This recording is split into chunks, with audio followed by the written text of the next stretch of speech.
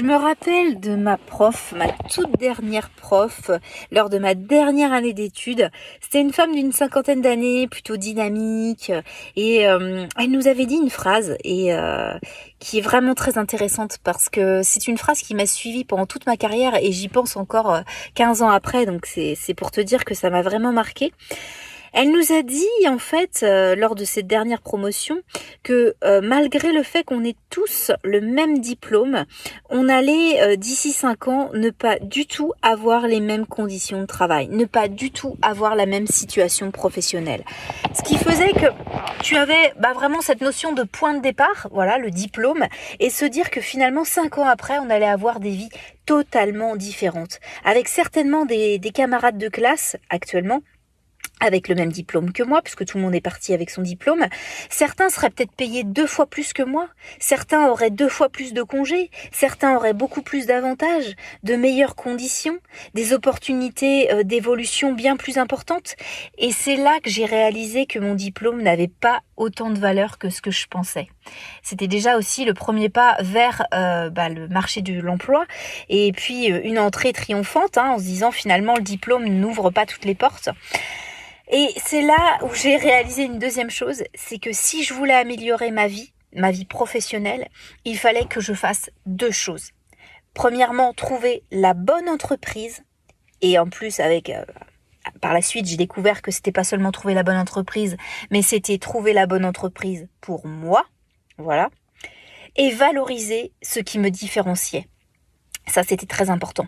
Parce que finalement, quand on est au lycée ou après en études supérieures et même au collège, peu importe, pendant toute notre scolarité, on passe notre temps à vouloir rentrer dans le moule, à ne pas faire de vagues, à rester dans la norme. Et là, finalement, je me rendais compte que la seule chose qui nous différenciait avec mes camarades, c'était plus notre diplôme, c'était plus notre formation. On allait tous mettre la même ligne sur notre CV. Année, tant, tel diplôme, et voilà. Et qu'est-ce qui allait faire la vraie différence ? Eh bien, c'était notre personnalité. Et c'est vrai que c'est quelque chose qu'on me demande souvent en entretien. Pourquoi est-ce que je vous prendrais vous, candidat numéro 1 ou candidat A, plutôt que le candidat B ? Et ça, c'est vraiment une question sur laquelle on a rarement la réponse. Parce que normalement, on doit pouvoir comparer à ce qu'on sait. C'est-à-dire, on devrait pouvoir avoir le CV du candidat B pour pouvoir se comparer à celui-ci. Donc, on sort des vieilles excuses en disant je sais faire ci, je sais faire ça. Mais finalement, on n'est pas sûr de nous et on ne sait pas si c'est vraiment valorisé. Alors que là, finalement, en quittant les études, on sait exactement ce qu'il faut faire. Il faut cultiver sa personnalité. Il faut cultiver ses qualités. Il faut partir de ce qu'on aime, de ce qui nous passionne, de ce qui est facile aujourd'hui pour nous et ce qui est difficile pour le copain d'à côté. Un exemple, la première de ma classe devait trouver un stage. Moi-même, ayant trouvé un stage, ma maître de stage de l'époque m'avait dit si tu as une camarade de classe à me proposer, est-ce que tu peux lui donner mes coordonnées ? J'ai pris la première de la classe, la number one de la promo quand même, la nana qui était vraiment avec 15 de moyenne et qui se baladait.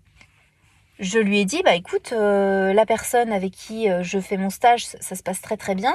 Elle souhaite proposer un autre projet, mais moi j'ai déjà mon stage, donc voilà, on sera susceptible de se voir, mais on travaillera pas du tout sur les mêmes sujets. Est-ce que ça t'intéresse ?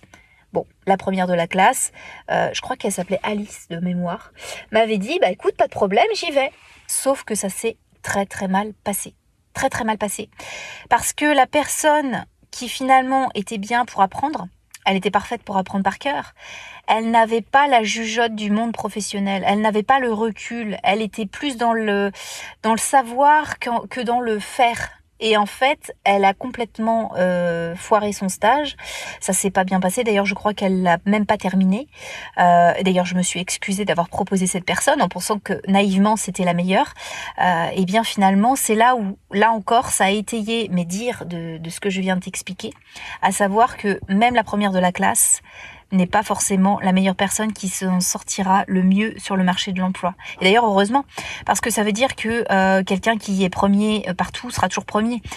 C'est pas toujours les mêmes choses. Finalement, le cadre change et c'est là où on peut vraiment se différencier. Donc, développe tes qualités. Moi, j'ai développé mes qualités organisationnelles, ma rigueur, J'ai travaillé sur mon élocution, sur mon vocabulaire.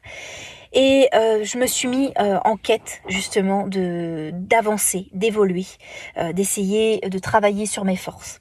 Et 15 ans plus tard, me voilà dans une entreprise qui me passionne, avec une équipe de gens intelligents et respectueux, qui respectent mes valeurs, qui sont en accord avec ma vision.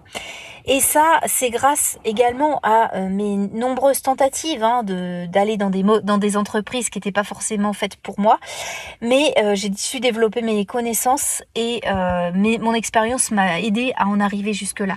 Donc il faut voir aussi non seulement le point de départ, comme je te le disais, le diplôme, si tu en as, ou une formation, mais également le point d'arrivée et surtout le cheminement qui font qu'aujourd'hui, 15 ans après, j'en suis là où j'en suis et j'en serais pas là si effectivement j'avais pas trébuché et si j'avais pas été dans des entreprises qui ne me convenaient pas.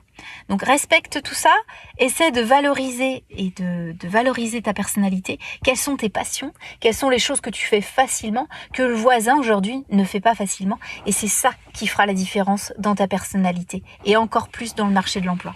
Voilà, j'espère avoir pu t'aider. Si tu veux d'autres conseils, n'hésite pas à t'abonner. Il y a le lien sous ce podcast. Et puis moi, je te dis à la semaine prochaine pour de nouvelles aventures et en entretien. Allez, salut, ciao!